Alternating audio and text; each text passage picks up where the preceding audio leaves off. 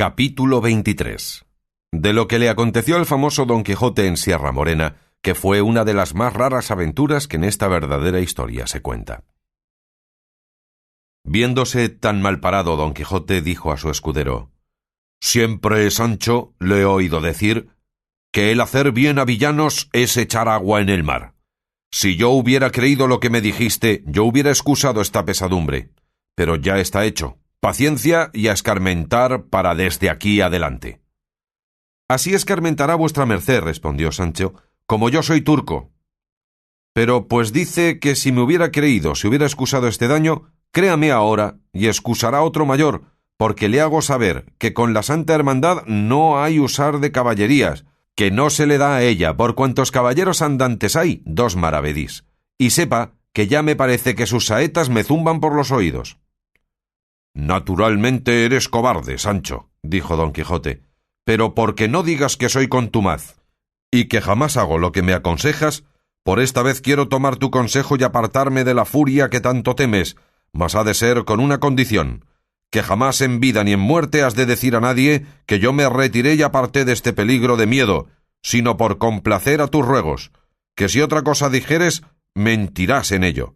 Y desde ahora, para entonces, y desde entonces para ahora, te desmiento y digo que mientes y mentirás todas las veces que lo pensares o lo dijeres.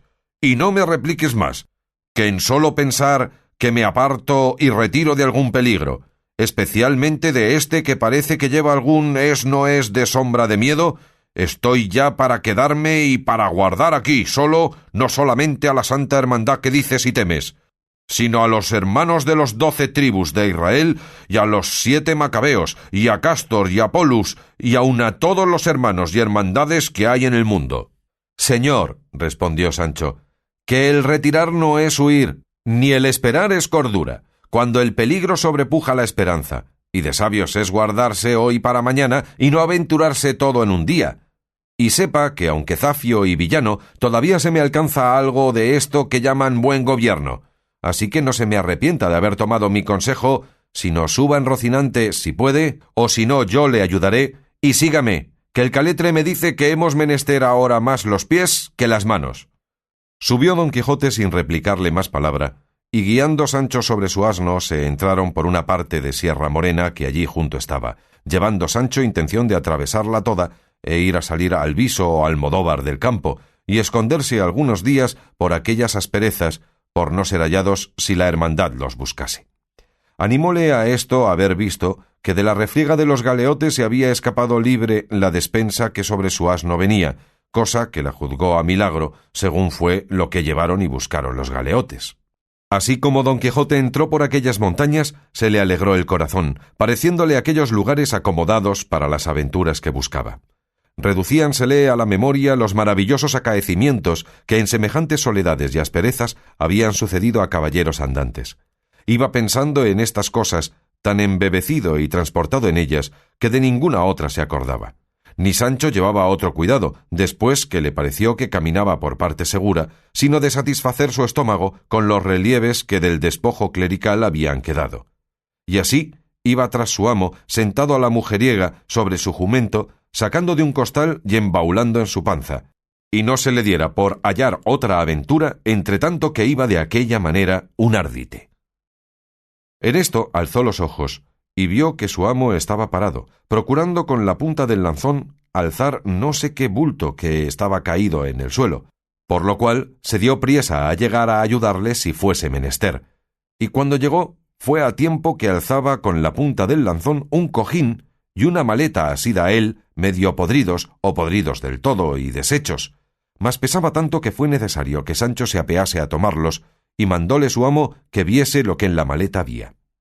Hízolo con mucha presteza Sancho, y aunque la maleta venía cerrada con una cadena y su candado, por lo roto y podrido de ella, vio lo que en ella había, que eran 4 camisas de delgada holanda, y otras cosas de lienzo no menos curiosas que limpias, y en un pañizuelo halló un buen montoncillo de escudos de oro, y así como los vio, dijo: «Bendito sea todo el cielo que nos ha deparado una aventura que sea de provecho». Y buscando más, halló un librillo de memoria ricamente guarnecido. Este le pidió Don Quijote, y mandóle que guardase el dinero y lo tomase para él. Besóle las manos Sancho por la merced y, desvalijando a la valija de su lencería, la puso en el costal de la despensa. Todo lo cual, visto por Don Quijote, dijo: «Paréceme, Sancho, y no es posible que sea otra cosa, que algún caminante descaminado debió de pasar por esta sierra, y salteándole malandrines le debieron de matar y le trujeron a enterrar en esta tan escondida parte». «No puede ser eso», respondió Sancho, «porque si fueran ladrones, no se dejaran aquí este dinero». «Verdad dices», dijo Don Quijote, «y así no adivino ni doy en lo que esto pueda ser. Mas espérate, veremos si en este librillo de memoria hay alguna cosa escrita por donde podamos rastrear y venir en conocimiento de lo que deseamos». Abrióle, y lo primero que halló en él, escrito como en borrador, aunque de muy buena letra, fue un soneto que, leyéndole alto, porque Sancho también lo oyese, vio que decía de esta manera: «O le falta al amor conocimiento, o le sobra crueldad, o no es mi pena igual a la ocasión que me condena al género más duro de tormento. Pero si amor es Dios, es argumento que nada ignora, y es razón muy buena que un Dios no sea cruel, pues ¿quién ordena el terrible dolor que adoro y siento? Si digo que sois vos, Fili, no acierto, que tanto mal en tanto bien no cabe, ni me viene del cielo esta ruina. Presto habré de morir, que es lo más cierto, que al mal de quien la causa no se sabe, milagro es acertar la medicina». «Por esa trova», dijo Sancho, «no se puede saber nada, si ya no es que por ese hilo que está ahí se saque el ovillo de todo». «¿Qué hilo está aquí?», dijo Don Quijote. «Paréceme», dijo Sancho, «que vuestra merced nombró ahí hilo».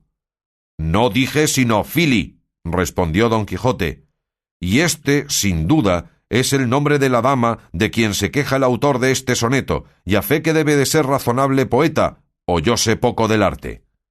«Luego también», dijo Sancho, «¿se le entiende a vuestra merced de trovas?» «Y más de lo que tú piensas», respondió Don Quijote, «y veráslo cuando lleves una carta, escrita en verso de arriba abajo, a mi señora Dulcinea del Toboso, porque quiero que sepas, Sancho, que todos o los más caballeros andantes de la edad pasada eran grandes trovadores y grandes músicos, que estas dos habilidades o gracias, por mejor decir, son anexas a los enamorados andantes. Verdad es que las coplas de los pasados caballeros tienen más de espíritu que de primor». «Lea más, vuestra merced», dijo Sancho, «que ya hallará algo que nos satisfaga». Volvió la hoja Don Quijote y dijo: «Esto es prosa y parece carta». «¿Carta misiva, señor?», preguntó Sancho. «En el principio no parece sino de amores», respondió Don Quijote. «Pues lea vuestra merced alto», dijo Sancho, «que gusto mucho de estas cosas de amores». «Que me place», dijo Don Quijote, y leyéndola alto, como Sancho se lo había rogado, vio que decía de esta manera: «Tu falsa promesa y mi cierta desventura me llevan a parte donde antes volverán a tus oídos las nuevas de mi muerte que las razones de mis quejas. Desechásteme, oh ingrata, por quien tiene más, no por quien vale más que yo. Mas si la virtud fuera riqueza que se estimara, no envidiara yo a dichas ajenas ni llorara desdichas propias. Lo que levantó tu hermosura han derribado tus obras. Por ella entendí que eras ángel, y por ellas conozco que eres mujer. Quédate en paz, causadora de mi guerra, y haga el cielo que los engaños de tu esposo estén siempre encubiertos, porque tú no quedes arrepentida de lo que hiciste, y yo no tome venganza de lo que no deseo». Acabando de leer la carta, dijo Don Quijote: «Menos por esta que por los versos se puede sacar más de que quien la escribió es algún desdeñado amante». Y hojeando casi todo el librillo, halló otros versos y cartas que algunos pudo leer y otros no. Pero lo que todos contenían eran quejas, lamentos, desconfianzas, sabores y sinsabores, favores y desdenes, solemnizados los unos y llorados los otros. En tanto que Don Quijote pasaba el libro, pasaba Sancho la maleta sin dejar rincón en toda ella, ni en el cojín que no buscase, escudriñase o inquiriese, ni costura que no deshiciese, ni vedija de lana que no escarmenase, porque no se quedase nada por diligencia ni mal recado. Tal golosina habían despertado en él los hallados escudos que pasaban de 100. Y aunque no halló más de lo hallado, dio por bien empleados los vuelos de la manta, el vomitar del brebaje, las bendiciones de las estacas, las puñadas del arriero, la falta de las alforjas, el robo del gabán y toda la hambre, sed y cansancio que había pasado en servicio de su buen señor, pareciéndole que estaba más que rebien pagado con la merced recibida de la entrega del hallazgo. Con gran deseo quedó el caballero de la triste figura de saber quién fuese el dueño de la maleta, conjeturando por el soneto y carta, por el dinero en oro y por las tan buenas camisas que debía de ser algún principal enamorado, a quien desdenes y malos tratamientos de su dama debían de haber conducido a algún desesperado término. Pero como por aquel lugar inhabitable y escabroso no parecía persona alguna de quien poder informarse, no se curó de más que de pasar adelante sin llevar otro camino que aquel que Rocinante quería, que era por donde él podía caminar, siempre con imaginación que no podía faltar por aquellas malezas alguna extraña aventura. Yendo, pues, con este pensamiento, vio que por cima de una montañuela que delante de los ojos se le ofrecía, iba saltando un hombre de risco en risco y de mata en mata con extraña ligereza. Figurósele que iba desnudo, la barba negra y espesa, los cabellos muchos y rabultados, los pies descalzos y las piernas sin cosa alguna. Los muslos cubrían unos calzones, al parecer de terciopelo leonado, mas tan hechos pedazos que por muchas partes se le descubrían las carnes. Traía la cabeza descubierta, y aunque pasó con la ligereza que se ha dicho, todas estas menudencias miró y notó el caballero de la triste figura, y aunque lo procuró, no pudo seguille porque no era dado a la debilidad de Rocinante andar por aquellas asperezas, y más siendo él de suyo pasicorto y flemático. Luego imaginó don Quijote que aquel era el dueño del cojín y de la maleta, y propuso en sí de buscalle, aunque supiese andar un año por aquellas montañas, hasta hallarle, y así mandó a Sancho que se apease del asno y atajase por una parte de la montaña, que él iría por la otra, y podría ser que topasen con esta diligencia con aquel hombre que con tanta priesa se les había quitado de delante. «No podré hacer eso», respondió Sancho, «porque en apartándome de vuestra merced luego es conmigo el miedo, que me asalta con 1000 géneros de sobresaltos y visiones, y sírvale esto que digo de aviso para que de aquí en adelante no me aparte un dedo de su presencia». «Así será», dijo el de la triste figura, «y yo estoy muy contento de que te quieras valer de mi ánimo, el cual no te ha de faltar, aunque te falte el ánima del cuerpo. Y vente ahora tras mí poco a poco como pudieres, y haz de los ojos lanternas. Rodearemos esta serrezuela.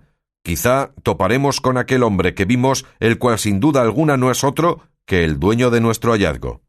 A lo que Sancho respondió: «Harto mejor sería no buscalle, porque si le hallamos y acaso fuese el dueño del dinero, claro está que lo tengo de restituir, y así fuera mejor, sin hacer esta inútil diligencia, poseerlo yo con buena fe, hasta que por otra vía menos curiosa y diligente pareciera su verdadero señor, y quizá fuera a tiempo que lo hubiera gastado y entonces el rey me hacía franco».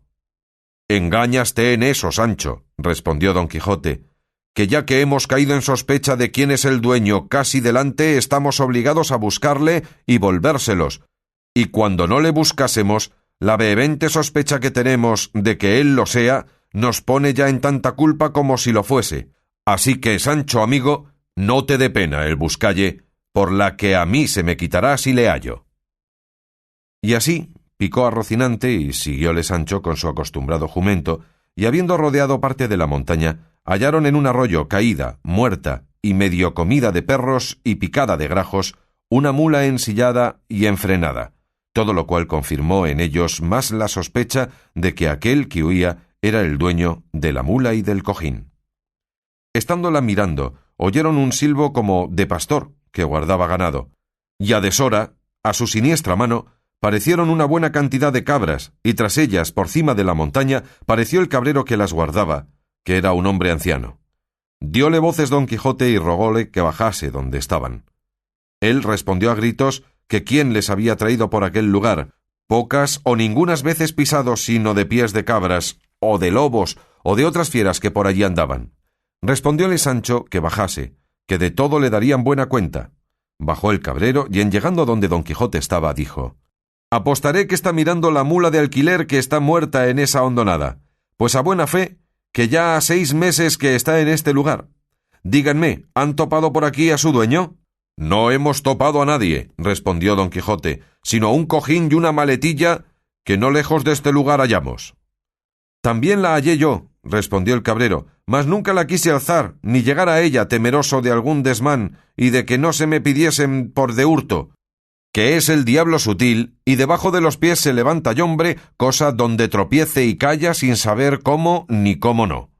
Eso mismo es lo que yo digo, respondió Sancho, que también le hallé yo, y no quise llegar a ella con un tiro de piedra. Allí la dejé y allí se queda, como se estaba, que no quiero perro con cencerro. Decidme, buen hombre, dijo don Quijote, ¿sabéis vos quién sea el dueño de estas prendas? Lo que sabré yo decir, dijo el cabrero, es que habrá al pie de 6 meses, poco más o menos, que llegó a una majada de pastores que estaba como 3 leguas de este lugar, un mancebo de gentil talle y apostura, caballero sobre esa misma mula que ahí está muerta, y con el mismo cojín y maleta que decís que hallastes y no tocastes. Preguntónos que cuál parte de esta sierra era la más áspera y escondida. Dijímosle que era esta donde ahora estamos. Y es así la verdad, porque si entráis media legua más adentro, quizá no acertaréis a salir. Y estoy maravillado de cómo habéis podido llegar aquí, porque no hay camino ni senda que a este lugar encamine. Digo, pues, que en oyendo nuestra respuesta, el mancebo volvió las riendas y encaminó hacia el lugar donde le señalamos, dejándonos a todos contentos de su buen talle y admirados de su demanda y de la priesa con que le veíamos caminar y volverse hacia la sierra. Y desde entonces nunca más le vimos, hasta que desde allí a algunos días salió al camino a uno de nuestros pastores y sin decille nada, se llegó a él y le dio muchas puñadas y coces, y luego se fue a la borrica del hato y le quitó cuanto pan y queso en ella traía, y con extraña ligereza hecho esto, se volvió a emboscar en la sierra. Como esto supimos, algunos cabreros le anduvimos a buscar casi 2 días por lo más cerrado de esta sierra, al cabo de los cuales le hallamos metido en el hueco de un grueso y valiente alcornoque. Salió a nosotros con mucha mansedumbre, ya roto el vestido y el rostro desfigurado y tostado del sol, de tal suerte que apenas le conocíamos, sino que los vestidos, aunque rotos, con la noticia que de ellos teníamos, nos dieron a entender que era el que buscábamos. Saludónos cortésmente, y en pocas y muy buenas razones nos dijo que no nos maravillásemos de verle andar de aquella suerte, porque así le convenía para cumplir cierta penitencia que por sus muchos pecados le había sido impuesta. Rogámosle que nos dijese quién era, mas nunca lo pudimos acabar con él.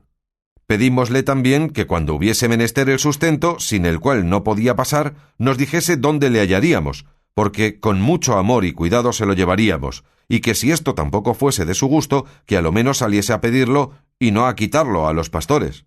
Agradeció nuestro ofrecimiento, pidió perdón de los asaltos pasados y ofreció de pedillo de allí adelante, por amor de Dios, sin dar molestia alguna a nadie.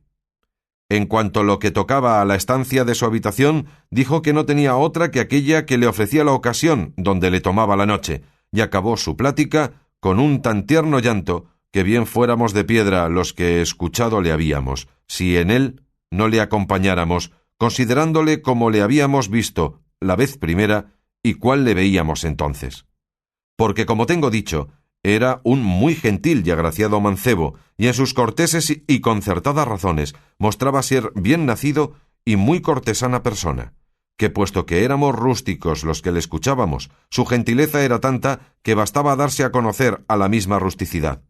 Y estando en lo mejor de su plática, paró y enmudecióse, clavó los ojos en el suelo por un buen espacio, en el cual todos estuvimos quedos y suspensos, esperando en qué había de parar aquel embelesamiento, con no poca lástima de verlo, porque por lo que hacía de abrir los ojos, estar fijo mirando al suelo sin mover pestaña gran rato y otras veces cerrarlos, apretando los labios y enarcando las cejas, fácilmente conocimos que alguno accidente de locura le había sobrevenido.